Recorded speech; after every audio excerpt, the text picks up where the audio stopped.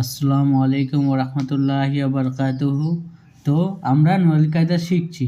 তো আমরা তাকতি নাম্বার 20 পর্যন্ত শিখে নিয়েছিলাম। আজকে আমরা শিখব তাকতি নাম্বার 21। ঠিক আছে, হুরুফে মুকাত্তাআত। হুরুফে মুকাত্তাআত শিখব আমরা আজকে, যে হুরুফে মুকাত্তাআত কীভাবে পড়তে হয়। তো আমরা পড়া শুরু করছি। আর যারা আগের ভিডিওগুলো দেখোনি তারা আই বাটনে গিয়ে আগের ভিডিওগুলো দেখো, তাহলে বুঝতে পারবে। তো পড়া শুরু করছি। আউযু বিল্লাহি মিনাশ শাইতানির রাজিম। বিসমিল্লাহির রহমানির রহিম। রব্বি ইয়াসসির ওয়া লা তুআসসির ওয়া তাম্মিম বিল খাইর ওয়া বিকা নাস্তাঈনু ইয়া ফাত্তাহু রব্বি জিদনি ইলমা। আলিফ লাম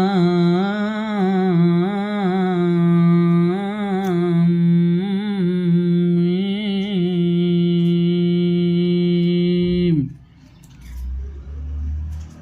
আলিফ লাম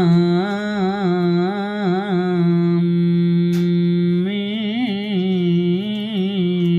সাদ। এইটাকে বলা হয় হুরুফে মুকাত্তাআত। এই কোরআন শরীফে এরকম থাকবে, ঠিক আছে, যে সূরার মানে এগুলো সূরা এই আলিফ লাম মিম সূরাটা, এই যে আলিফ লাম মিম এটা থাকবে সূরা আল বাকারায় থাকবে, কোরআন শরীফের 2 নম্বর সূরাটায় থাকবে। ঠিক আছে, তো এইগুলো সূরার সামনে থাকবে এগুলো।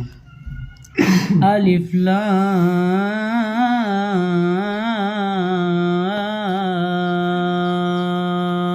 রা।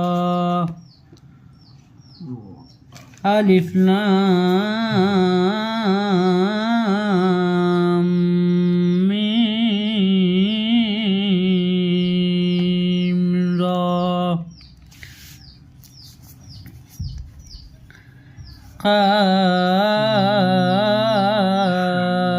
হা ইয়া আইন সাদ।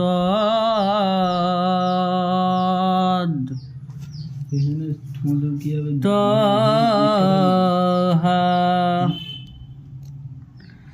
তাসিম মিম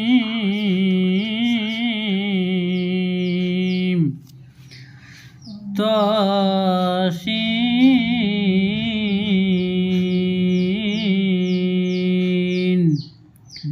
ইয়াসিন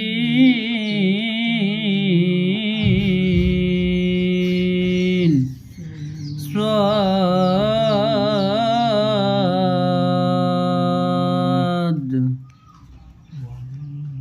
হামিম।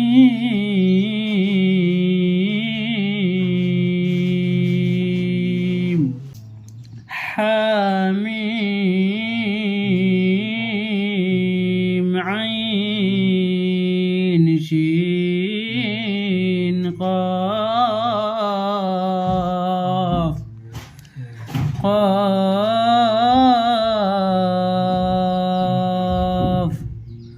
নুন।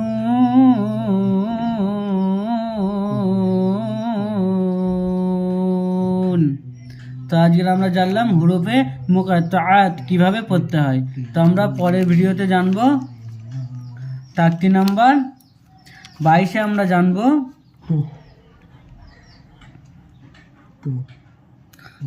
22-এ আমরা মিমের ব্যাপারে জানবো, যে মিম সাকিন কাকে বলে, মিমের ইজহার ইকফা ইসগাম কাকে বলে জানবো। আসসালামু আলাইকুম। আর যারা আগের ভিডিওগুলো দেখোনি তারা আই বাটনে গিয়ে দেখো, তাহলে আগের ভিডিওগুলো দেখলে তাহলে এইগুলো পড়তে তোমাদের সুবিধা হবে।